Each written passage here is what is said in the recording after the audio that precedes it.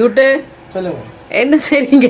பாருங்க சம்பல் சாப்பாடா? என்ன சாப்பாடு இன்னைக்கு? இன்றைக்கு மரவள்ளி கிழங்கு மரவள்ளி கிழங்கும் சம்பல், இடிச்ச சம்பல். இடிச்ச சம்பல். ஆமா, நல்லா இருக்கு மேன். சூப்பரா இருக்கு. சூப்பரா இருக்கு. இதுக்குள்ள பச்சை மிளகாயும் போட்டு சாப்பிடலாம்.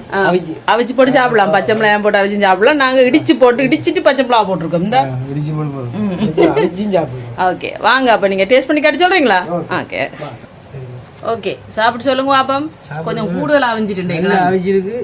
அவிச்ச நல்ல டக்குன்னு சாப்பிட்டுறலாம். அது பிரஷர் குக்கர்ல வச்சு அது கொஞ்சம் அந்த விசில் அடிக்க மாட்டேன்னுட்டு சம்பல் நல்லா எப்படி இருக்கு? சாப்பிட்டு சொல்லுங்க.